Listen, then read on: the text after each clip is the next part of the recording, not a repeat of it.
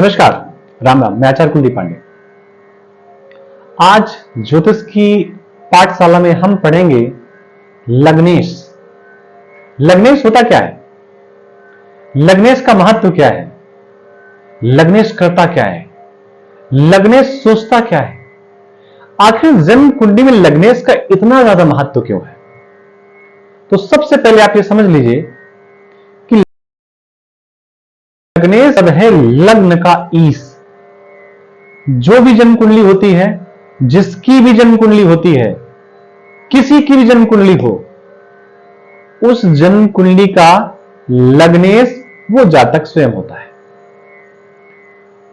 लग्न आपकी ये है, यहां पर 4 नंबर की राशि पड़ी, कर्क नंबर राशि पड़ी, तो लग्नेश हो गया चंद्रमा। यहां पर 8 नंबर की राशि पड़ी, वृश्चिक राशि पड़ी, तो लग्नेश हो गया मंगल। यहीं पर 6 नंबर की राशि पड़ी, तो 6 नंबर की राशि का स्वामी है बुध, लग्नेश हो गया बुध।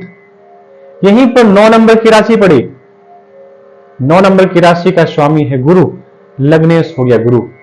और यहीं पर 10 नंबर की राशि पड़ी, तो 10 नंबर की राशि का स्वामी होता है शनि, तो लग्नेश हो गया शनि। अब ये 7 तो लग्नेश हो गए अलग अलग, राहु केतु को छोड़ करके। तो लग्नेश कई बार बदल सकता है, लेकिन है तो जातक ही ना, है तो स्वयं। लग्नेश बदल सकता है, सूर्य हो सकता है, चंद्रमा हो सकता है, गुरु हो सकता है, मंगल हो सकता है, बुध हो सकता है, शुक्र हो सकता है, शनि हो सकता है, लेकिन ये होगा कौन? स्वयं जातक। लग्नेश के अनुसार व्यक्ति के चेहरे को देख सकते हैं, उसका चेहरे का स्वभाव कैसा, रंग कैसा, रूप कैसा, लालिमा कैसी है, यह जन्म कुंडली का लग्नेश बताता है।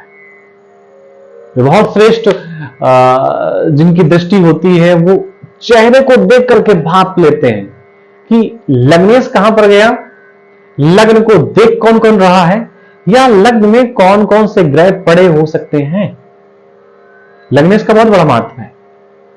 पूरी कुंडली में लग्नेश जहां बैठा होगा,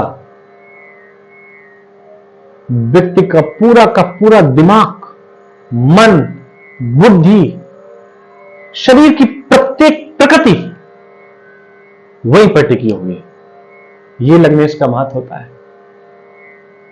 उदाहरण के रूप में लग्नेश अगर स्वयं यहीं पर बैठा है, हम एक थोड़ा सा उदाहरण लेते हैं।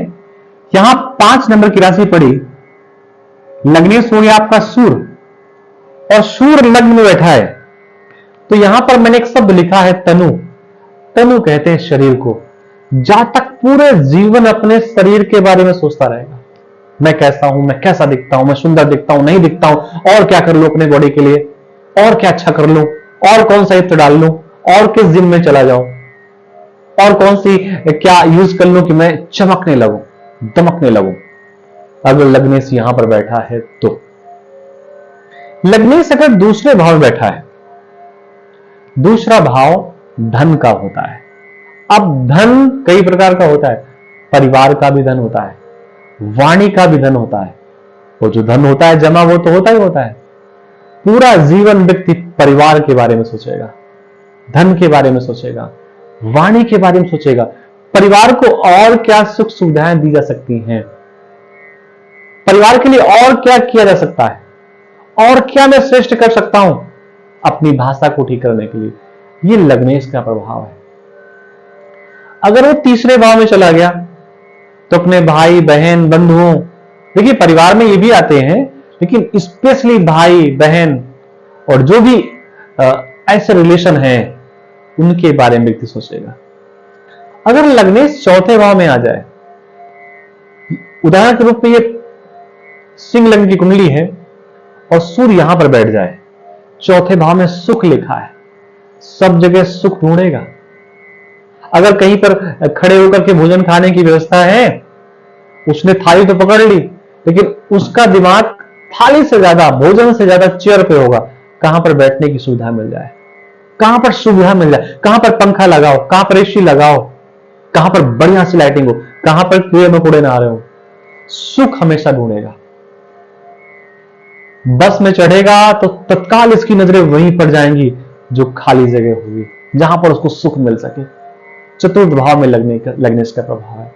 अगर लग्नेश आपका पंचम भाव में चला गया, सुत लिखा है, सुत कहते हैं पुत्र को, पुत्र के बारे में सोचेगा, पुत्रियों के बारे में सोचेगा, अपनी संतान के बारे में निरंतर सोचता ही रहेगा, विद्या के बारे में सोचेगा, पढ़ने के बारे में सोचेगा, और मैं क्या क्या पढ़ लूं और क्या क्या अच्छा कर लूं।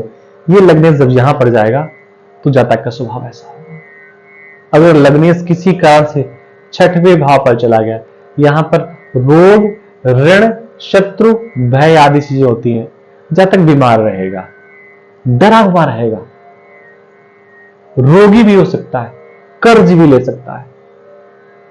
ये लग्नेश यहां पहुंचने का प्रभाव है। दारा लिखा हुआ है, दारा का मतलब पत्नी, अर्धांगिनी।